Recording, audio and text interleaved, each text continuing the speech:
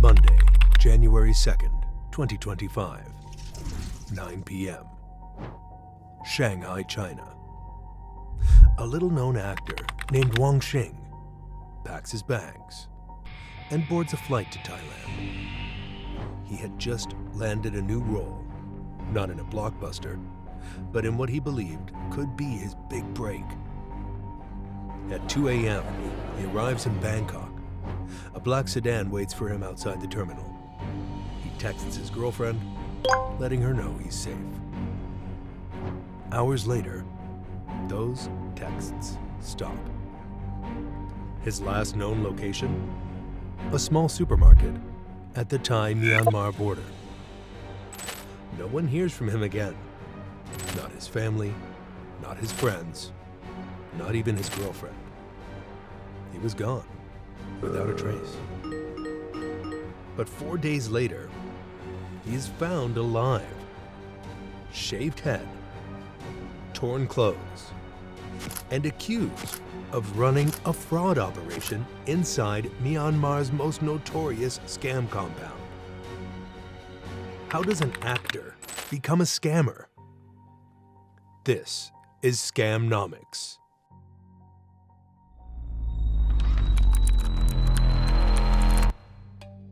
The story starts like every actor's dream. Wang Xing, stage name Xing Xing, wasn't a star. He was trying to be one. A supporting actor, known for small roles in Chinese TV dramas, and a minor part in Ip Man 3. He'd spent years chasing his break, and in December 2024, it looked like that break had finally arrived. He got invited to a private WeChat group for professional actors. This was not unusual. This is how many actors network, get castings, and land jobs in China's entertainment industry. One casting offer stood out: a major international production filming in Thailand. The recruiter claimed to be working for GMM Grammy, one of Thailand's biggest entertainment companies. They sent Wang Xing the paperwork, the production schedule, the pay agreement. Everything looked legit. He even recorded an audition tape with the help of his girlfriend Jia Jia. A day later, he was told he got the part. But Wang hesitated. The details didn't fully add up. The location seemed vague. The timeline felt rushed. He almost backed out. But the recruiter pressed harder, told him he wasn't replaceable, that they'd been watching his work for months, that this role could put him on the international stage. It was everything he'd ever wanted. So he packed his bags and booked his flight. But what Wang Xing didn't know was that none of this was real. The job was fake. The recruiter was fake. The documents were fake. And that big break, it was nothing more than a carefully crafted trap. And Wang walked right into it.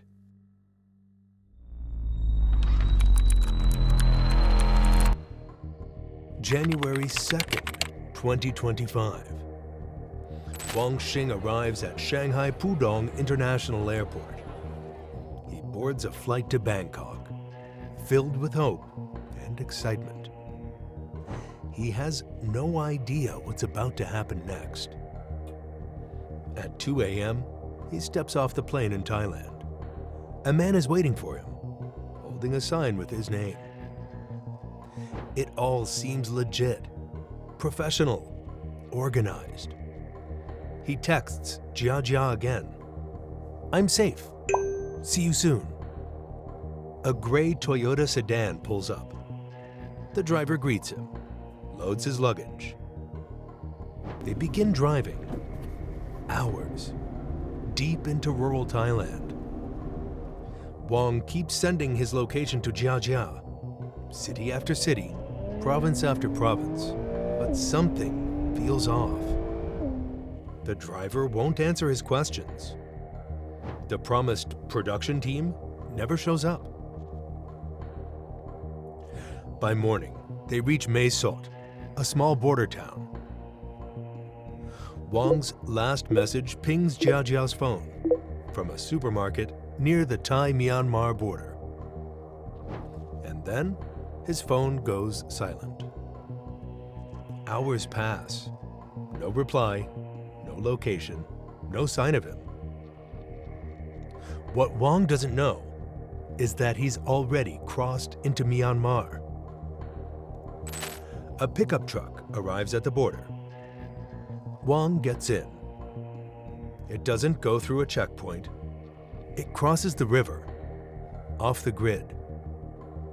He thinks he's still in Thailand, but he's already in a lawless zone, controlled by criminal syndicates, protected by armed militias.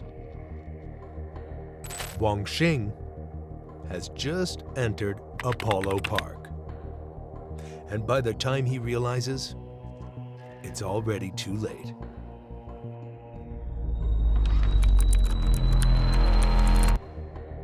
Apollo Park.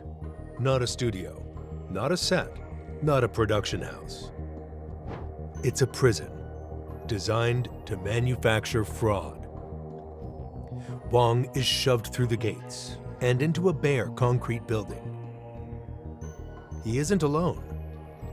At least 10 other Chinese captives sit against the walls.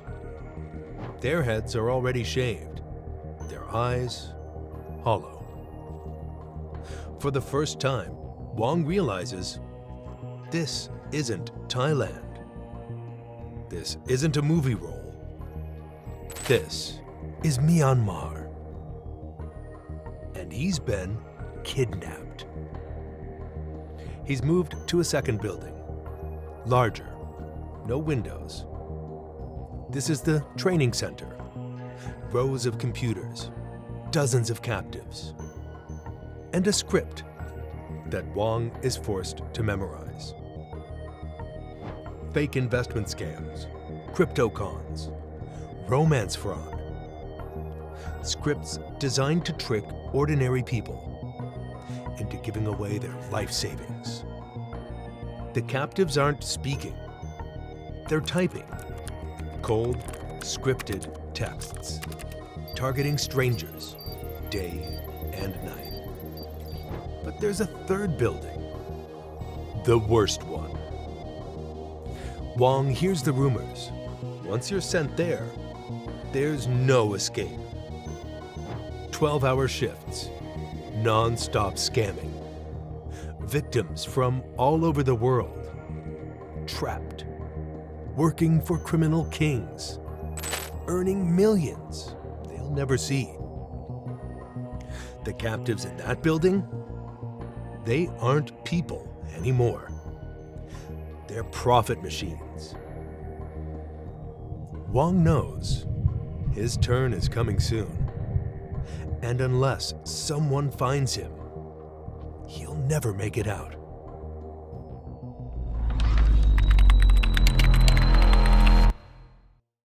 While Wang was trapped, someone else was fighting to save him.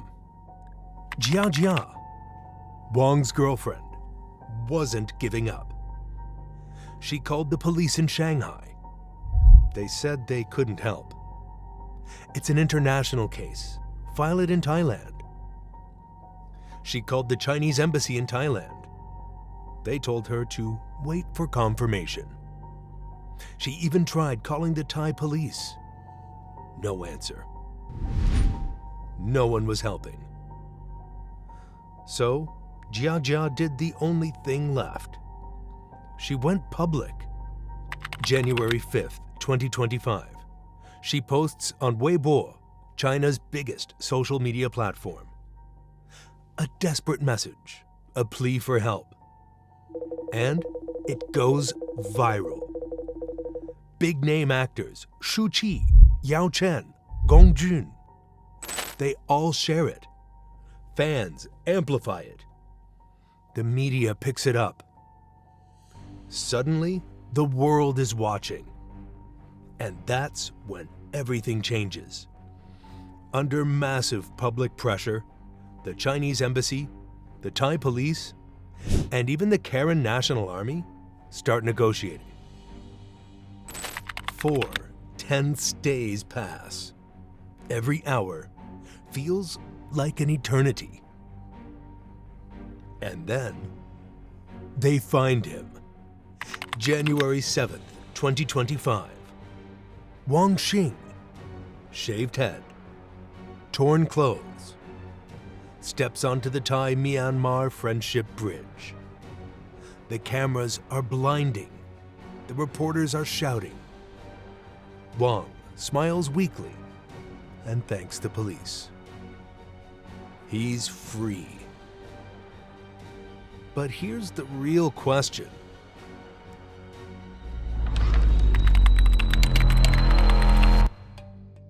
How many more are still trapped inside?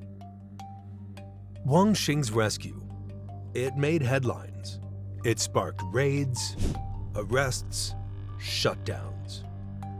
Myanmar authorities even cut power to several scam compounds. Thousands of captives set free. For a moment, it felt like the system was collapsing. But here's the truth. It wasn't. It was just moving. New scam parks started popping up in other border regions. Same operations, same lies, new locations. And the tactics? They've evolved. AI-generated job ads, deep fake recruiter videos, cloned websites, designed to trick the next Wang Xing. Because the economics haven't changed. Let's break it down. A single scam park can pull in $10,000 to $50,000 plus per day. Larger compounds, they run 24/7 shifts, churning out millions in annual revenue. The cost to operate, shockingly low. Legitimate call centers might pay workers $400 to $600 a month in Southeast Asia. Trafficked labor costs nothing after abduction. One-time acquisition, zero wages, no benefits, no rights. And the profit margins? Sky high. Even if just 1 in 1,000 victims fall for a scam, one big score can bring in $5,000, $20,000, even $50,000. The supply chain? Brutally efficient. Recruiters earn bounty fees per head. Drivers and militias take their transport cuts. Compound operators pocket daily revenue. And the local economy? It's hooked. Border towns become dependent on bribes, protection fees, and black market cash. Officials turn a blind eye because these compounds pump millions into their gray economies. Globally, the industry taps into a multi-billion-dollar black market. Cyber fraud, human trafficking, untraceable crypto transactions. And the risk? Minimal. With weak law enforcement and high-level corruption, shutdowns are temporary setbacks, not permanent losses. It's what economists might call human capital arbitrage. But in reality, it's modern slavery disguised as business. And it's not just Chinese actors. It's students, job seekers, desperate people worldwide, lured by the promise of high-paying jobs, trapped in a global fraud machine. Wang's rescue? It was rare. Most aren't so lucky. Because as long as the economics make sense, this scam economy will keep growing, one fake job at a time.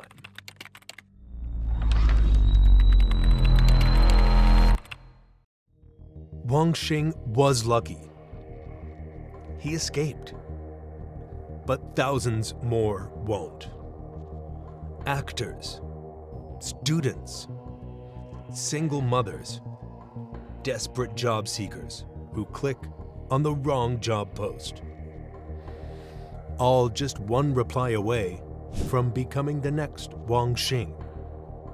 Because these scams aren't targeting the reckless, they're targeting the hopeful, the hardworking, the ones looking for a better future.